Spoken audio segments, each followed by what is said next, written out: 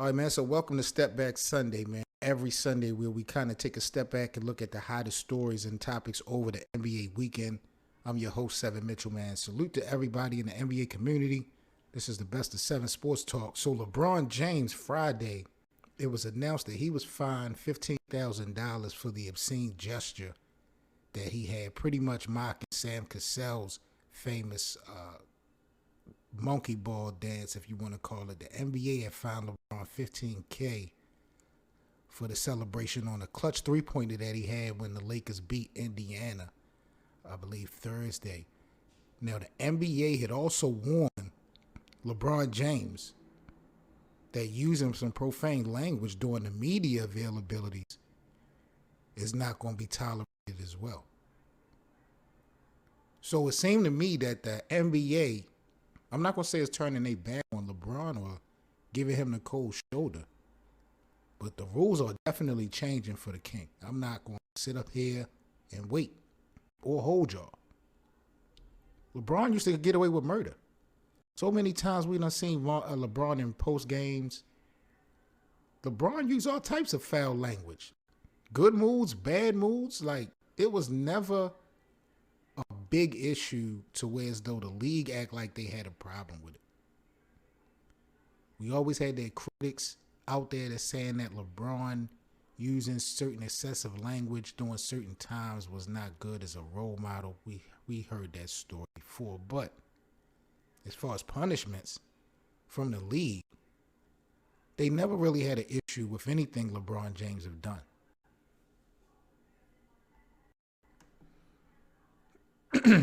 Excuse me.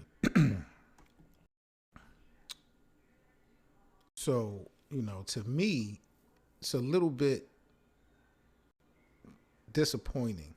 Not to say that LeBron James should be put on any type of pedestal, but it is a little bit disappointing to see that now a guy who has spent 19 years as pretty much almost the face of our league, still playing at a very high level, a guy that has never really gotten in trouble before. You know what I'm saying? He hasn't done anything really in this substantial amount of time to make the league look bad. He's only helped the league look good. I don't like the way they doing it. You know what I'm saying? Like,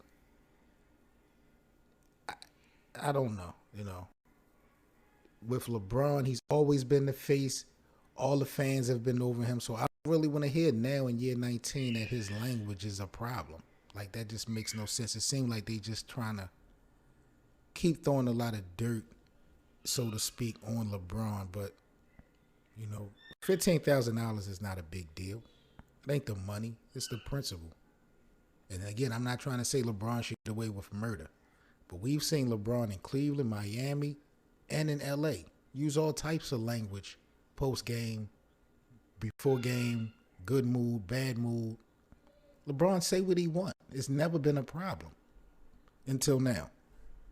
So they fined him for the excessive dance, $15,000. That's fine. But they also warned him. Now, I don't know what this warning mean. I don't know specifically what they told LeBron James as far as, his profane language that he uses during media availability. So I don't know if they threaten him to suspend him again if he keeps it going. I mean, or, I'm assuming that's really a reach. A fine, maybe. If they suspended LeBron James for excessive language, I think that would be so out of pocket. Salute to my bro AJ out in London in the building. AJ says, horrible they priced emotions out of the NBA. The trash talking expression is what makes basketball fun and exciting. And that's the thing, AJ, because that's the sport that we grew up on. Not to really knock or shit on what we have today in the NBA, because as far as athleticism, as far as excitement and pizzazz, the NBA now give you a good field. Certain players, Kevin Durant, LeBron, Steph, some guys get up for this shit. But there was a time, and AJ was talking about it, emotions poured in to basketball.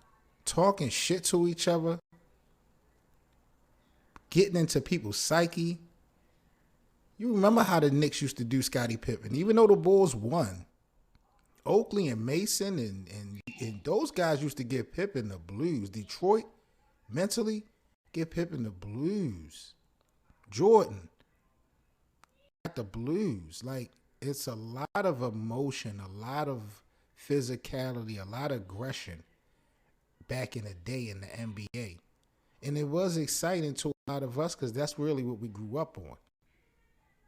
Nowadays, it's a little bit different. More finesse than ever. But my whole thing about LeBron James getting fined and getting warned about his language, keep the same energy. Don't give LeBron no special privileges. But again, LeBron has been talking his talk for 19 years.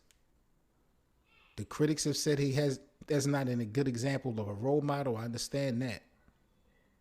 You can sit up there and argue that. But the NBA has never given any warnings to LeBron, so why now?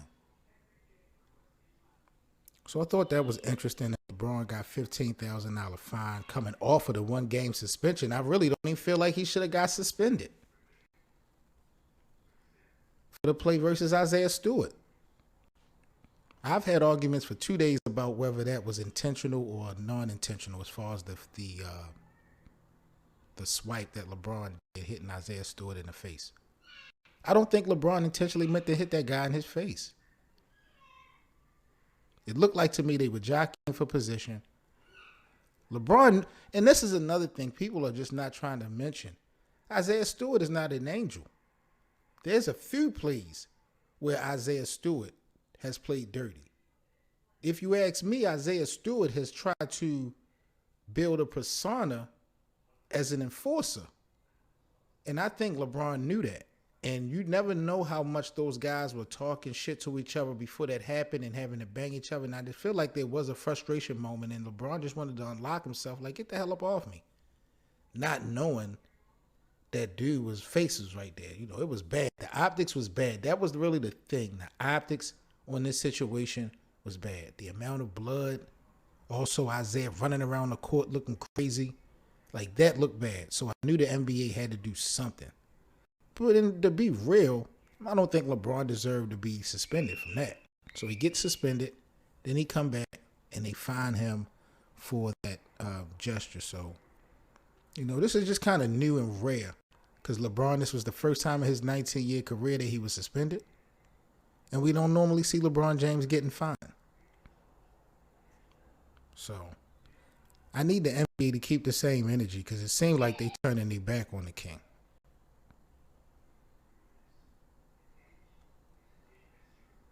We got some breaking news. Today, the Milwaukee Bucks are looking to sign 4-time All-Star Demarcus Cousins. Now, Demarcus Cousins is 31 years old. He is going to sign a non-guaranteed deal to join the defending NBA champions. Teams must guarantee contracts for the balance of the season by January 7th next year. The Milwaukee Bucks, you know, they have been without Brook Lopez because of that back injury. Cousins played part of last year with the Houston Rockets and the LA Clippers. Some significant stretches, matter of fact, with the Clippers in that Western Conference Finals run. DeMarcus averaged 20 points a game, 10 rebounds in his 10-year career, which includes a lot of injuries. Torn ACL, Achilles tear. He's a 4-time All-Star, a 2-time NBA second-team selection back in 2015 and 2016.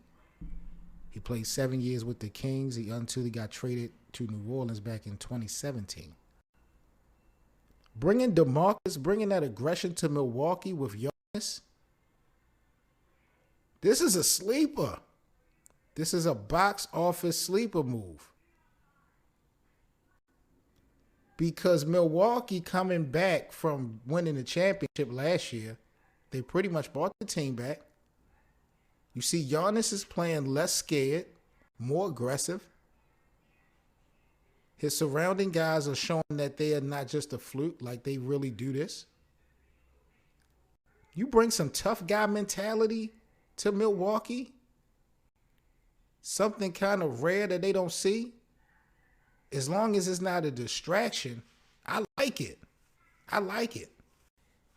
Because let's be real. Not to compare DeMarcus to Dwight Howard, If you bring Demarcus to Milwaukee, DeMarcus could give it up physical, man, and you don't want a guy missing games, but DeMarcus could just be like he could be so aggressive that even if he got thrown out of the game, Milwaukee still could win. They don't need DeMarcus Cousins to win games, but they damn sure can use him. This is a power move if DeMarcus Cousins can remain healthy.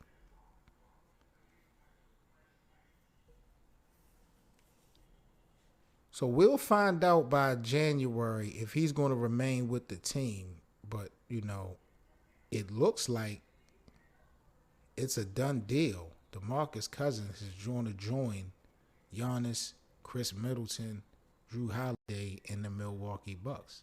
That's an interesting move, man, because the East, what's up with Brooklyn. Miami, tough. Chicago trying to get tough. New York trying to find their way. The Eastern Conference is really interesting. So any additions, any moves that we're going to see made now, moving forward up until the All-Star break, we're going to put under the microscope because it can mean a whole lot towards someone's playoff run. Also, over the weekend, the Houston Rockets met with John Wall.